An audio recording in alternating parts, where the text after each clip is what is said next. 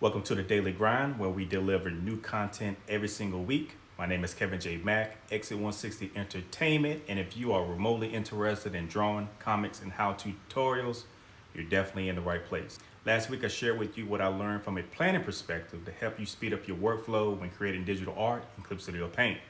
Part 1 focused on the initial sketch, and for today's episode, Part 2, we're going to build upon that sketch and put ink to canvas. Stay tuned.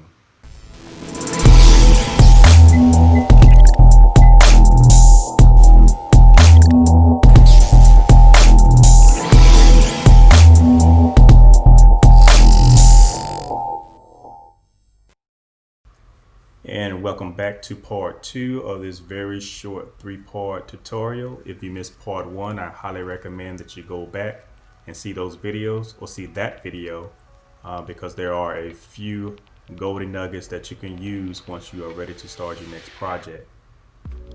As we come to the end of the sketch process, one of the last things that I like to do before I go into my ink process is to shade in some of those areas where some of the shadows will hit on the sketch. And trust me, it's all going to come together once we get into our colors. For this, I'm going to be using one of the paint brushes. I think it's called Watery. It is a soft brush and it really gives a good effect to the sketch. All right, so now let's circle the wagon for a moment. In part 1, we did a quick sketch of one of the heroes from my upcoming comic book entitled War Pigs. And before you start any project, you should take the time to plan accordingly and always remember those 6 P's that we talked about before. Prior planning prevents piss poor performance. Take time to plan before you dive right into your next project. All right, so let's get right into the inking process. For this, I'm going to be using just the default G pen for a majority of the inking process. And what you're going to notice as we are getting our line work in, I'm going to start with getting the initial outline of the sketch. I always like to work outside in. In most cases, the line work on the outside is going to be much more bolder than many of the lines that I'm going to do later as we get into the fine details. Now, what I would tell you, most artists would probably agree with me. The inking process is probably by far the most time consuming. But again, just going back to making sure that you plan accordingly. I do have reference materials that I have on another screen. And these reference materials are only going to be your friend. So don't be ashamed to use them. Use them often. Make sure that you take the time to research appropriately based upon what you're trying to do on the sketch.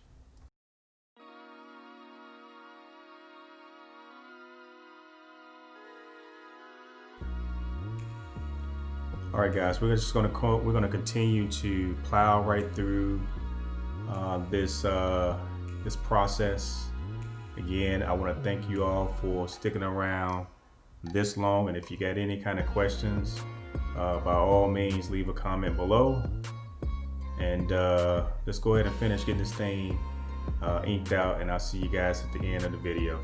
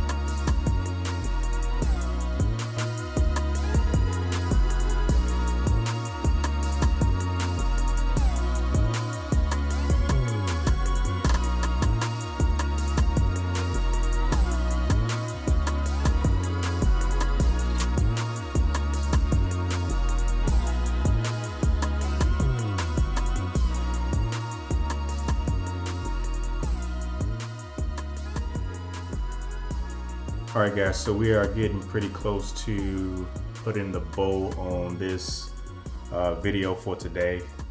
I think we got a pretty good baseline for our line work as we get ready to prepare to go into our colors. Again, I want to thank each and every one of you guys and gals for your support, and I look forward to bringing you all more content in the very near future. I hope everyone enjoyed the video. Until next time, be sure to like, subscribe, and join the Exit 160 movement. Peace.